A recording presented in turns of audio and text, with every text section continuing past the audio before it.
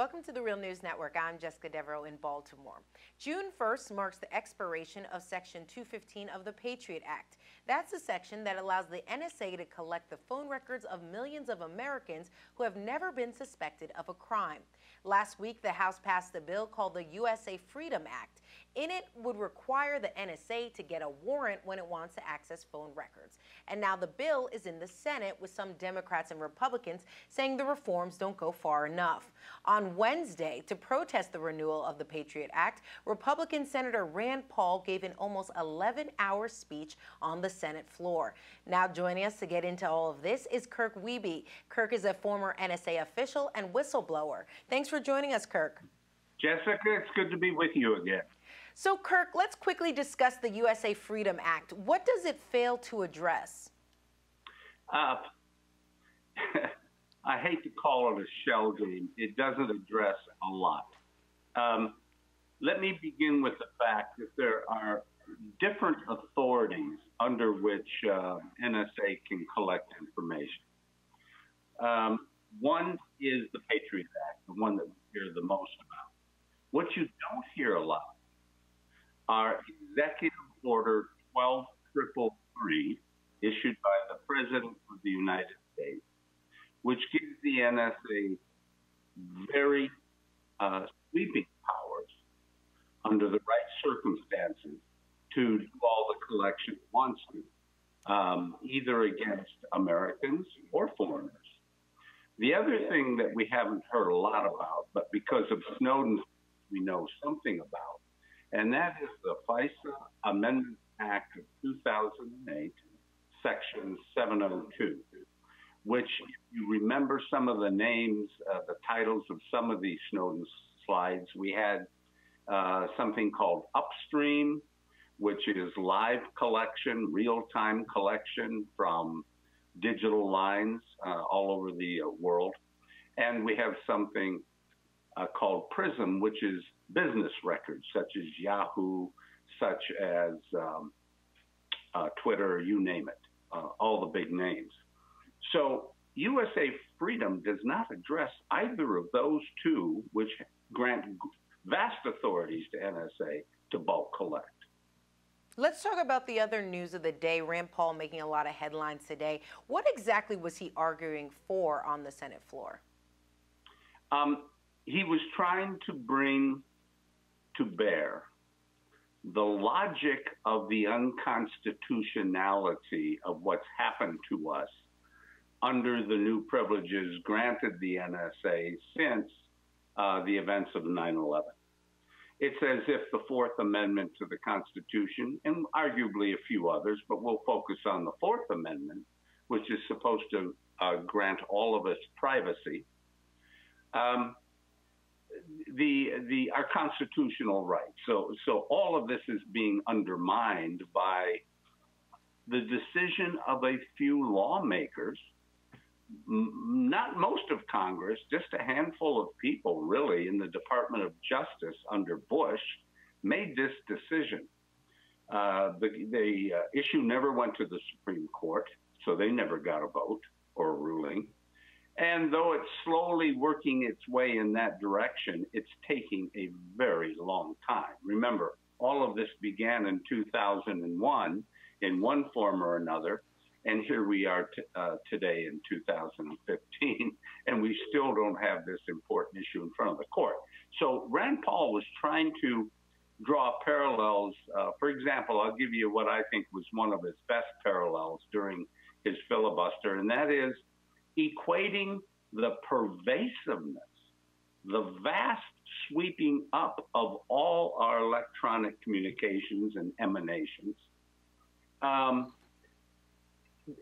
if the government's putting a soldier in all of our homes to spy on us, or a policeman. Now, I say that because King George III, when this nation was just a group of colonies before we became the United States, King George III put out an edict to station a soldier in the homes of colonists in colonial times. This is the straw that broke the donkey's back in terms of ginning up a desire to rebel and eventually fight the war for independence from So, Britain. Kirk, though, what is Rand Paul's alternative? What bill has he presented? What does he see as being the solution here? He actually did not offer a bill. What he said is, let's at least talk about it. Let's at least have the debate that was never had when all of these things were passed in secrecy, in a dark room, in the middle of the night, without any input from the citizens of this country. So what would you argue? What needs to change in order for there to be real reform? There are, the way I see it, two alternatives. We can continue to let NSA collect all the metadata of people, innocent, guilty, whatever, but must encrypt and protect the data associated with innocence from review or inspection by any human being. Now, that's doable technically. You encrypt it, you have it, and why is that good? Well, let's say a terrorist, you know about one guy in Phoenix, Arizona, but you don't know who his colleagues are. And so you have a known, you've shown the court that this guy's identity should be shown because you have probable cause. Maybe you got some intercept in a phone call, who knows, that talked about this guy. The evidence was clearly to reveal his identity. Now, let's say he calls another American phone number. That number's protected in terms of not revealing any identifying data about the person that owns the phone number or the email address or whatever it is, a Twitter account. So now we have to establish probable cause. If we don't have that innocent person's number in the database or readily available, it will take a few seconds longer, or maybe minutes, to get that data from the telephone company who would have it under the USA Freedom Act. But I would simply let the NSA go ahead and collect it. But I wouldn't let the NSA encrypt it. I would have it encrypted by the judiciary, and the key to unlock the encryption belongs to the judiciary, so that NSA can have it lifted only when it demonstrates probable cause. Just quickly explain to us what that encryption would actually do. It would actually make nonsense out of any data associated with an innocent person, name, address, phone number, whatever. Now, you might say, well, then how does the IT process work if a known bad guy calls that person? Well, the computer will know who that number belongs to, but the analyst doesn't. Nobody does. Only the computer knows. And you can't get it without the key to unlock the identifying data. So if you imagine connect the dots diagram where I have a known bad guy, a circle, a node that's red, and I have a line drawn to an innocent dot.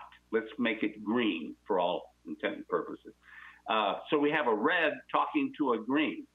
Now, let's say a judge says, if a red persistently talks to a green, maybe 2 or 3 phone calls over a 7-day period, that's reasonable suspicion. That's probable cause.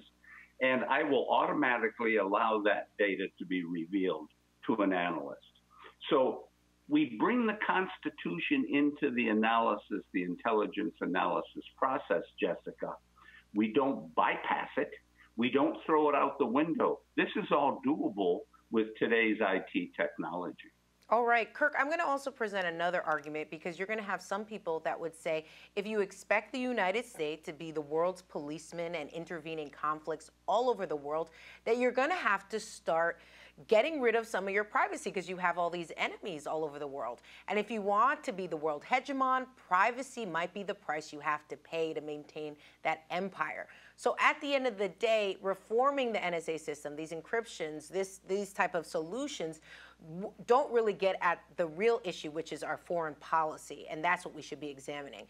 What do you make of that argument? And I would actually agree with that premise, because it is NSA's job, and always has been, to produce foreign intelligence. Those people, foreigners, do not enjoy privacy rights under our Constitution. It is only U.S. citizens that do. Now, one could argue that in the name of getting along with the rest of the world, maybe the World Court would like to enjoy that same benefit. That's a matter of discussion for Congress and the global leaders to discuss whether we do that or not. But right now, there's no law that covers the rights of those citizens. So we absolutely already have access to all the foreign data we want. All right, Kirk Wiebe, thank you so much for joining us. Jessica, it's my pleasure. And thank you for joining us on the Real News Network.